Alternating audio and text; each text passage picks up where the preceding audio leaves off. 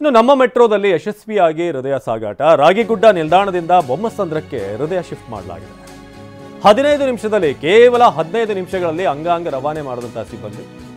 ಇದು ಕಳೆದ ಹಲವಾರು ಬಾರಿ ನಾವು ನೋಡಿದ್ದೀವಿ. ಇತ್ತೀಚೆಗೆ 5ನೇ ಬಾರಿಗೆ ಯಶಸ್ವಿಯಾಗಿ ಅಂಗಾಂಗಗಳ ರವಾನೆ ಮಾಡಿರೋದು. ಯಾಕಂದರೆ ಬೆಂಗಳೂರಿನ ಟ್ರಾಫಿಕ್ನಲ್ಲಿ ಅಷ್ಟು ಸುಲಭ ಇಲ್ಲ ಒಂದು ಏರಿಯಾದಿಂದ ಮತ್ತೊಂದು ಏರಿಯಾ ಹೋಗೋದು. ಹಾಗಾಗಿ ಈಗ ಹೃದಯ ಸಾಗಣೆಗೆ ಶಿಫ್ಟ್ ಮಾಡೋದಕ್ಕೆ ಮೆಟ್ರೋ ಭಾಳ ಸೂಕ್ತವಾದಂಥ ಒಂದು ಮಾರ್ಗ ಅಂತ ಅನ್ನಿಸ್ತಾ ಇದೆ. 7:32ಕ್ಕೆ ರಾಗಿಗುಡ್ಡ ನಿಲ್ದಾಣದಿಂದ ಪ್ರಯಾಣ, 7:39ಕ್ಕೆ ಬೊಮ್ಮಸಂದ್ರ ಮೆಟ್ರೋ ನಿಲ್ದಾಣ ತಲುಪಿದಂಥ ಹೃದಯ ಆಸ್ಟರ್ ಆಸ್ಪತ್ರೆಯಿಂದ ನಾರಾಯಣ ಹೃದಯಾಲಯಕ್ಕೆ ರವಾನೆ ಮಾಡಲಾಗಿದೆ. ಸೊ ಮೆಟ್ರೋ ಯಾವ್ಯಾವ ರೀತಿಯೆಲ್ಲ ಉಪಯೋಗಕ್ಕೆ ಬರುತ್ತೆ, ಬರೀ ಟ್ರಾಫಿಕ್ನಲ್ಲಿ ಜನರಿಗೆ ಮಾತ್ರ ಅಲ್ಲ, ಈ ರೀತಿ ಆರೋಗ್ಯ ಸಂಬಂಧಪಟ್ಟ ಹಾಗೆ ಆರೋಗ್ಯ ಕ್ಷೇತ್ರದಲ್ಲೂ ಕೂಡ ಮೆಟ್ರೋ ಈಗ ಒಂದು ರೀತಿ ಭಾಳ ಬೇಗವಾಗಿ ಅಲ್ಲಿ ತಲುಪಿಸೋದಕ್ಕೆ ಸಾಧ್ಯವಾಗ್ತದೆ. ನಾವು ನೋಡ್ತಾ ಇದ್ದೀವಿ ಈಗ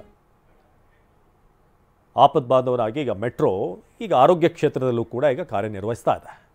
15 ನಿಮಿಷ, ಕೇವಲ 15 ನಿಮಿಷದಲ್ಲೇ ಅಂಗಾಂಗ ರವಾನೆ. ಜೊತೆಗೆ ಇತ್ತೀಚೆಗಷ್ಟೇ ಈ ಭಾಗದ ಮೆಟ್ರೋ ಲೈನ್ ಓಪನ್ ಆಗಿತ್ತು. ಸೊ ನಮ್ಮ ಮೆಟ್ರೋದಲ್ಲಿ ಹೃದಯ ಸಾಗಾಟ ಯಶಸ್ವಿಯಾಗಿ ಆಗಿದೆ. ಇತ್ತೀಚೆಗೆ 5ನೇ ಬಾರಿ ಇಂಥ ಒಂದು ಕಾರ್ಯಾಚರಣೆಯನ್ನು ಮಾಡಿರೋದು. ನಿನ್ನೆ ಸಂಜೆ 7:32ಕ್ಕೆ ರಾಗಿಗುಡ್ಡ ಮೆಟ್ರೋ ಸ್ಟೇಷನ್ನಿಂದ ಹೊರಟು ಕೇವಲ 7 ನಿಮಿಷದಲ್ಲಿ ಬೊಮ್ಮಸಂದ್ರಕ್ಕೆ ತಲುಪಿ ನಂತರ ನಾರಾಯಣ ಹೃದಯಾಲಯಕ್ಕೆ ಅಲ್ಲಿ ತಲುಪಿಸಲಾಗಿದೆ. ಸಮಸ್ಯೆ ಹೇಳಿದವನ ಮೇಲೆ ಶಾಸಕ ಹಲ್ಲೆ ಮಾಡಿರುವಂಥ ಆರೋಪ ಕೇಳಿ ಬಂದಿದೆ. KR ನಗರ ಶಾಸಕ ರವಿಶಂಕರ್ ವಿರುದ್ಧ ಇಂಥ ಒಂದು ಆರೋಪ ಕೇಳಿ ಬಂದಿರೋದು. ಸಮಸ್ಯೆ ಹೇಳ್ಕೊಳ್ಳೋಕೆ ಬಂದಂಥ ವ್ಯಕ್ತಿಯ ಮೇಲೆ ಶಾಸಕರು ಆರೋಪ ಅದು ಹಲ್ಲೆ ಮಾಡಿದ್ದಾರೆ ಅನ್ನೋ ಆರೋಪ.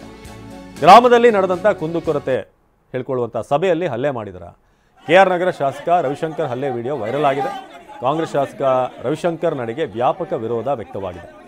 ಚುನಾವಣೆ ಸಂದರ್ಭದಲ್ಲಿ ಕೈಕಾಲು ಕಟ್ಟಿ ಮತ ಕೇಳಿದ್ರು, ಈಗ ಸಮಸ್ಯೆ ಹೇಳಿದರೆ ಹೊಡಿತಿದ್ದಾರೆ ಅಂತ ಆಕ್ರೋಶ ವ್ಯಕ್ತಪಡಿಸ್ತಾ ಇದ್ದಾರೆ.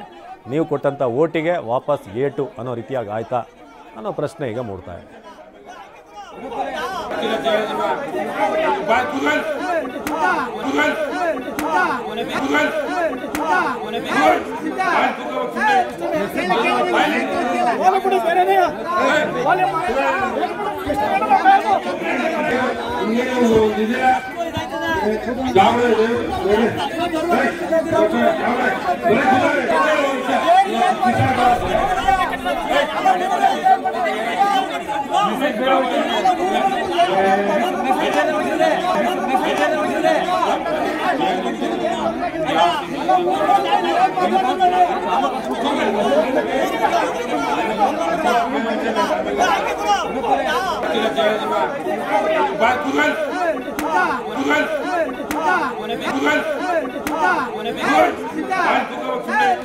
Google.